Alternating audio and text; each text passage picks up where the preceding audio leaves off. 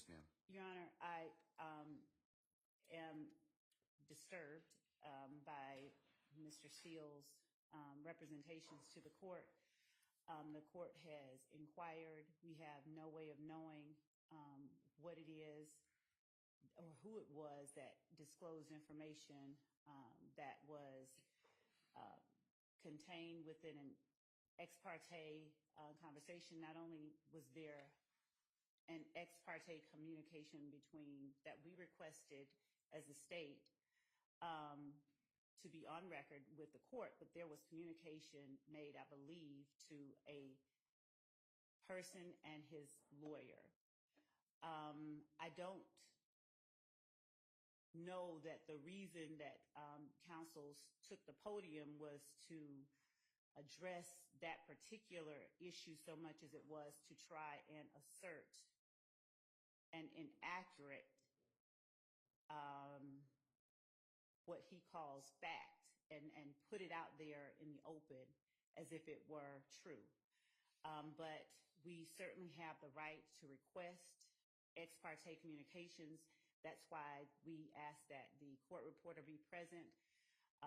This is a matter that the defendants did not have a right to be a part of, as this was a matter regarding a civil contempt that the court imposed upon a person for not obeying the court's directive.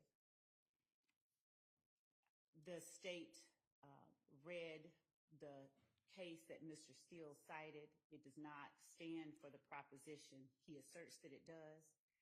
And regarding further legal support for our position, we would provide that to the court, but we are more concerned that information that is disclosed in an ex parte setting gets relayed to the parties who are not privy to that. The whole purpose of the ex parte request was so that that did not happen. And we expressed on the record our concerns and our reasons for concern regarding that. We believe that without more information about how that information got relayed to the defendants, we cannot make the kind of assertion I'd be inclined to make. So before making the next set of assertions, I would need to know how that information was made privy to them, to counsels for the defendant. We did not act inappropriately or outside of the rules of professional responsibility. And if need be, we will reach out to the state bar ourselves and ask what the appropriate remedy is for everything that has happened over the last 2 days, or the last 2 work days, because we are extremely concerned of actions on the parts of a number of people that I am not comfortable stating publicly at this time, but that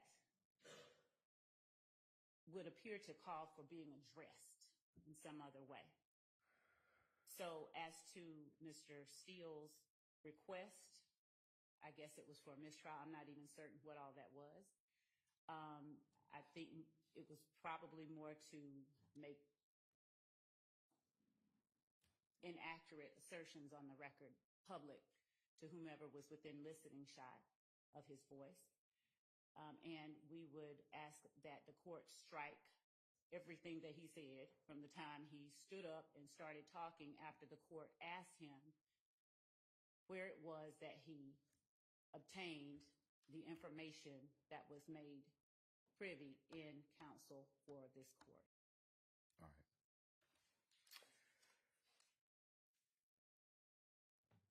And regarding Rule 1.6, Your Honor, we read 1.6 as understanding there. 1.6 in no way shields Mr. Steele's answer that the court requested he give. Rule 1.6 has to do with attorney-client privilege, and that is information that Mr. Steele obtained from his client regarding whatever matters.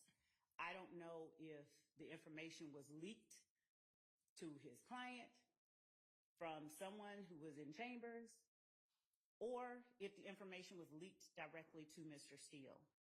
In either event, it is concerning and in no way falls under the protections of Rule 1.6. If the court would allow me a moment. All right.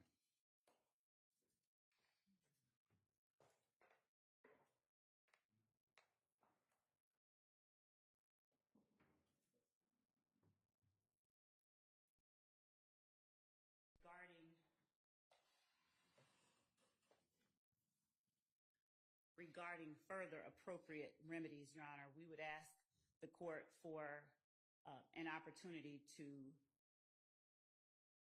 further look into appropriate remedies for circumstances such as this from what the court has already said, because it's grave enough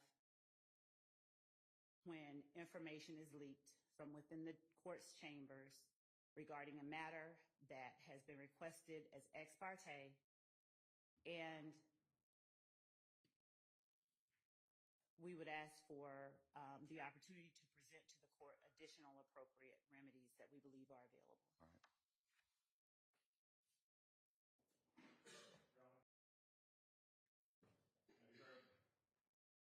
Sure. And, Your Honor, also, unless it's Mr. Adams representing Mr. Steele in the capacity as someone who has been held in contempt, Mr. Steele just argued whatever it is that they are trying to argue based on information we believe illegally obtained from the court's chambers. I represent Mr. Williams, and my statements are in regards to my representation of Mr. Williams.